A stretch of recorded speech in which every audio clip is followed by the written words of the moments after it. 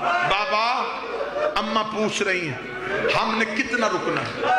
مولا سجاد نے وہ جو زنجیر جس ملعون کے ہاتھ میں تھی، سجاد نے اس زنجیر کو ہلایا، وہ ملعون سجاد کی جانب مولا سجاد نے کہا ہم نے کتنا رکنا ہے؟ اس نے جو جملہ کہی، جملے سے پہلے شیعہ قوم مر جاتی، یہ ملعون دیکھے نا قیدی ابھی بازار سج رہے ہیں، ابھی بدماش اکٹھے ہو رہے ہیں، ابھی شہروں میں اعلان ہو رہے ہیں، جس نے علی سے بدلے لینے ہو شام کے صدر دروازے پہ آ جاؤ۔ علی کی بیٹیاں شام کے باہر آ گئی ہیں۔ مولا سجاد نے یہ لفظ سنا، تھوڑی دیر کے بعد شام شہر کا دروازہ کھلا، سجاد نے گردن اٹھا کے منظر دیکھا، کمینوں کے ہاتھوں میں شراب کے جام تھے، شادیانے بج رہے تھے، لوگ ناچ رہے تھے، بازاروں میں عورتوں کا رش تھا، چھتوں میں عورتیں پتھر لے کے بیٹھی تھی۔ علی کی بیٹی نے یہ منظر دیکھا، سیدہ نے بھی وہ منظر دیکھ رہی تھی، یا ایک کمینے نے ایک کاغذ کا ٹکڑا سجاد کے سامنے کیا، سجاد کی پہلی سطر پہ نظر پڑی، سجاد کی آنکھ سے پہلا خون کا قطرہ آیا، علی کی بیٹی نے سجاد کی آنکھ میں خون دیکھا، رو کے دی سجاد رونا، مجھے بتا ہوا کیا ہے؟ سجاد روک دے، دعا کر تیرے سجاد کو موت آ جائے۔ فرمایا موت نہ مانگ، مجھے وجہ بتا۔ فرمایا اماں کمینے نے لکھ کے بھیجا ہے، اب تک زینب اونٹ میں بیٹھ کے آئی ہے، اس بازار میں علی کی بیٹی پیدل چلے گی۔ اتنا کہنا تھا، بی بی کی آواز آئی، نا سجاد میں پیدل نہیں چلوں گی۔ سجاد نے کہا کمینے میری ماں پیدل نہیں چلے گی، میں غلط پڑھوں، بی بی کا مجرم بنوں، یہ کمینہ ہاتھ میں تازیہ کرے گی۔ سجاد کے قریب آیا، اس نے سجاد کے پوش سے کپڑا ہٹایا، اس نے پہلی صورت کی سطر نکلی، پچھلے اون سے سکینہ گر گئی، اس کے قریب آئی، رو کے کہتی ہے میری ماں امیر باپ کی بیٹی ہے، میں کربلا کے غریب کی بیٹی ہوں، وہ پیدل چلے نہ چلے مجھے بتا کہاں چلنا ہے، میں پیدل چل رہی ہوں۔ ادھر سکینہ کا پہلا قدم آیا، حسین کے سر سے آواز آئی، زینب اب راضی ہے، میری سکینہ پیدل جا رہی ہے، رکھ میرے سر پہ قرآن۔ علی کی بیٹی نے اونٹ کے بیٹھنے کا انتظار نہیں کیا، بی بی اونٹ سے ایسے گری جیسے گھوڑے سے آواز گرا تھا، بی بی نے پہلا قدم شام کے بازار میں رکھا، ادھر پتھروں کی بارش شروع ہوئی، بی بی نے حسین